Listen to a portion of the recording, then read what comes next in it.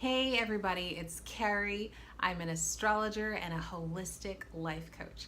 And my expertise is helping you take astrology down to earth and into the real world so that you can use it to get more love, more health, more wealth, and more deep connection into your life. Now, this week we have a new transit coming in, Mercury in Pisces retrograde. You may have heard about it. I love when people get all freaked out about Mercury in retrograde. It's not a communication crisis, it's basically a cosmic spa. It's basically an opportunity to revisit the more creative self. But I am going to go more into that with all the notes that I've written right here, and also help you give you some tips and tricks and real life strategies so that you can take care of your mental and physical health during these 3 weeks and also be able to prosper no matter what happens with Mercury in retrograde. So the reason I like to really break down Mercury in retrograde is because we really stress ourselves out going Mercury in retrograde, a crisis of communication. And really, what this means is that it's trying to get us to pause. You know, when I think of a retrograde, Mercury retrograde, I take the first two letters of the word retrograde and I use that to apply to everything. Mercury in retrograde means to review, to reconnect, to relive, return. It means to redo, okay? That's what Mercury in retrograde actually means. So when we're talking about Mercury, which is, the god of communication, the messenger, basically, we're talking about our communication, how our communication is going to go. So there's going to be a return of communication. There's going to be a rethinking of communication. Mercury is asking us to take a pause before we send that text and look it over again. Take a pause before we send that email with the incriminating evidence in it. Take a pause before we get really hot-headed and say something that we really don't mean to someone we love or we care about. Take a pause before we send that package that may not get there in time. Basically, it just means take a pause and also accept that information doesn't always reach the place it's supposed to reach. And for the next 3 weeks, Mercury is going to be in Pisces, which means that all of our communication is going to get a little bit nebulous, a little more creative, and a little more imaginative. So it can feel like a crisis of communication to our very fast-paced world, and for people who send 20 to 50 texts a day or multiple emails or have multiple meetings and conversations. Yeah, it can feel like that. Or you can feel like you were meant to feel, which is this is an opportunity to maybe revisit some of your old creative projects, maybe an opportunity to sleep a little bit more and dream a little bit bigger and start to write down what some of your dreams are. Because here's the thing, we can dream them, but if we don't give ourselves any time to manifest them, to flesh them out, to feel them in our bodies, to be able to see in our mind's eye, how would that actually go? How would that actually feel? Like, what's the point? The dream doesn't actually manifest. So I say to everyone, I've actually been telling people that 3 things that you should be thinking about for this Mercury Pisces retrograde is to avoid conflicts, to enjoy the silence, and to also take creative risks, because you will be received. Everybody is in a very creative space right now. In fact, when Mercury goes retrograde again, I guarantee you we're going to see some of the best artist albums we've ever heard come out. We're going to see some of the best books that we've ever read come out. We're going to see some of the best movies next year that were basically inspired by the people who are taking time to dream and think and be imaginative right now. We're going to see the fruits of that in the future, right after when Mercury goes forward again. Now, there are a couple of things that you can do to take care of your physical and mental health during the Mercury in retrograde, and I've got a number of them here. Basically, each sign of the zodiac is connected to different organs and different parts of the body. Like the sun, the Leo is connected to the heart, and Pisces is connected to the feet. And so Pisces rules the feet, the immune system, and also the pineal gland, okay? The third eye.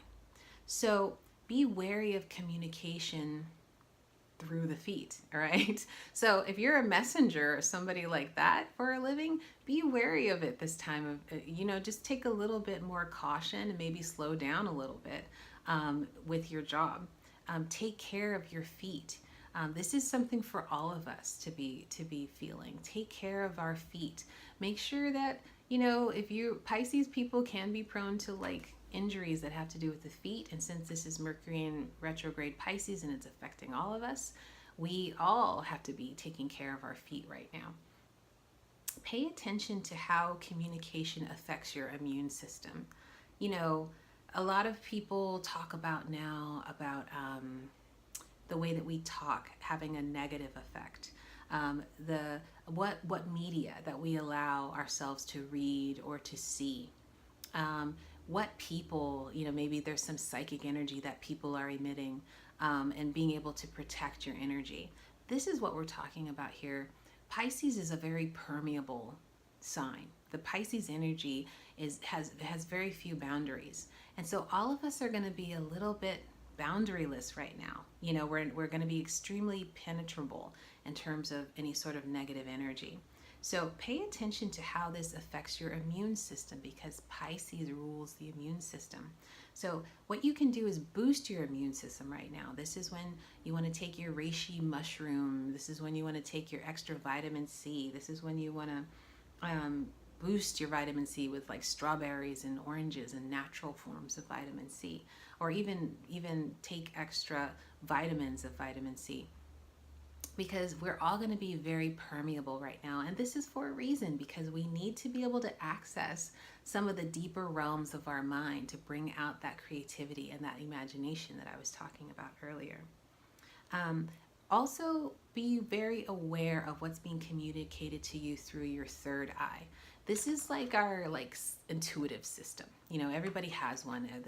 There's sometimes you'll be standing next to somebody and you're just like, I have a headache. You're taking in energy that may not belong to you. But also be very aware of what does belong to you, what's being transmitted to you through more intuitive means. Stay away from things like coffee or anything that can make you quite jittery. Replace these things with rooibos tea or rooibos. I don't know how to say it. Rooibos is how I think it sounds. And Tulsi tea. Tulsi tea is also called holy basil, but these are wonderful alternatives to coffee that will help you kind of eliminate that jittery feeling so that you can really sink into this space, this nebulous space of imagination and creativity and fluidity. Now, not everyone's Mercury in retrograde will have the same theme. It's kind of like, this is global astrology. Mercury in Pisces retrograde affects all of us, but we also have our individual astrology charts. We have our individual astrology. And so everybody's Mercury in retrograde is actually going to have a theme. So the way that you can find out what your theme is to go to your astrology natal chart and figure out which of your houses is ruled by the sign Pisces. Now, if you're told, this is a technique that I learned from this wonderful astrologer that I saw at the Portland School of Astrology annual conference. The astrologer's name is J.P. Hawthorne, and he gave us a really great introduction to how to figure out the theme of your particular Mercury in Pisces retrograde. So if you are new to astrology and you've never looked at your astrology chart, you should go to a couple of free places online. You can go to astro.com or you can go to astrocharts.com and basically just go through the steps to find your free horoscope, your free natal astrology chart. Put your birth information in there, your birth time, your birthplace, your birth date, right? And then when you get your little wheel, it's going to show up, and I actually don't have a sample for you, sorry, but when you get your natal astrology wheel, that's what your chart looks like. You'll see all of it, it's sliced up into like pizza pie slices, and you're going to look for the symbol for Pisces and which house is basically right next to that. Okay, so I'm about to go through what each of the houses and what they represent. And so when you figure out which Pisces or which house is represented by Pisces, you can link it up to the different houses that I'm about to talk about. All right, so let's see how to get your astro chart and demonstrate where the house is. All right, the first house is all about the self. The first house is the house of Aries and the first sign of the zodiac. So it represents the infant, and it also represents ages like around 1 to 2 years old, when we are all about the self, a little bit self-absorbed, and just like ready to charge into things. It's the house of the self-identity. And so if you're having if Pisces is the ruler of this house, your Mercury in retrograde will have to do with your identity, your self-identity, and exploring that in the next 3 weeks. Or even if you've explored it before, returning back to that.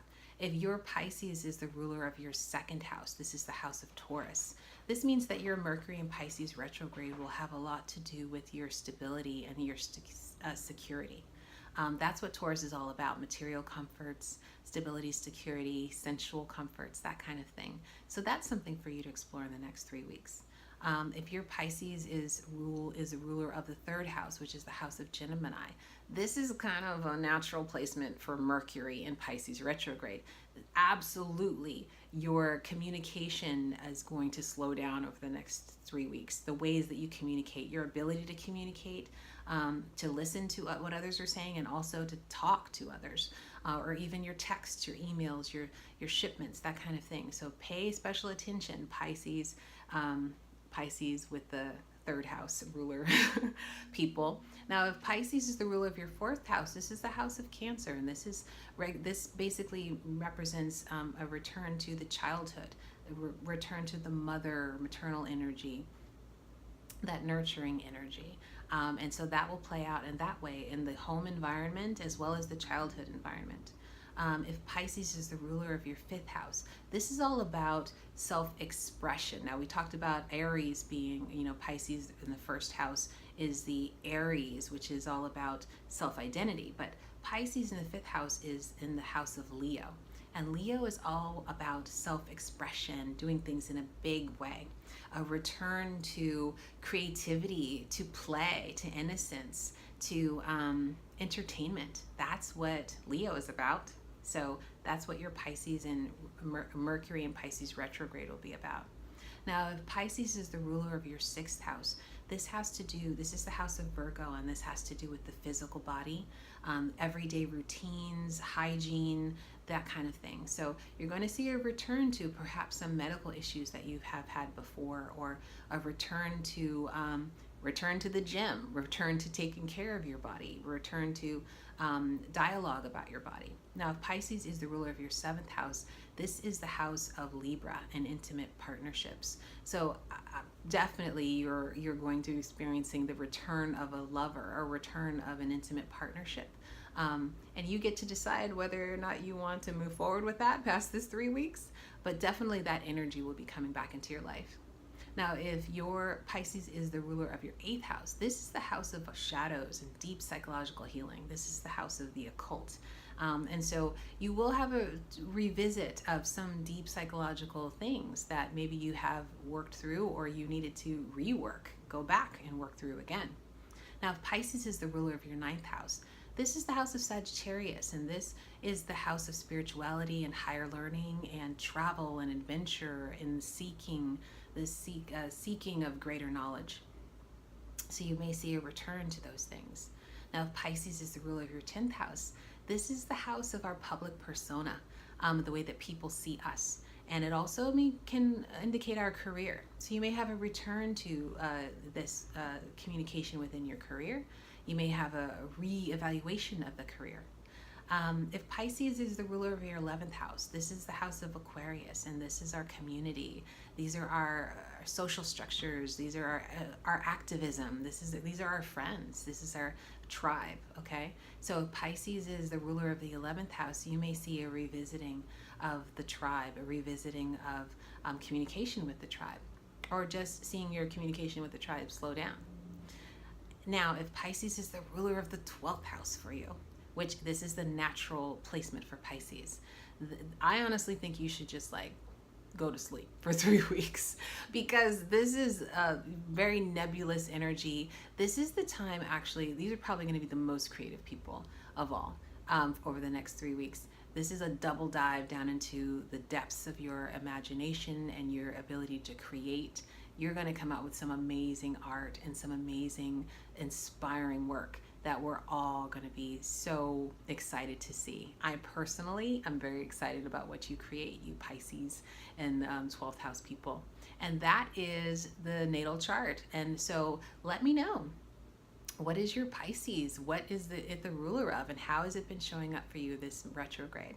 Let me know in the comments or DM me, and just let me know. And keep watching here for more information about how to take care of yourself and survive and thrive through these transits and retrogrades.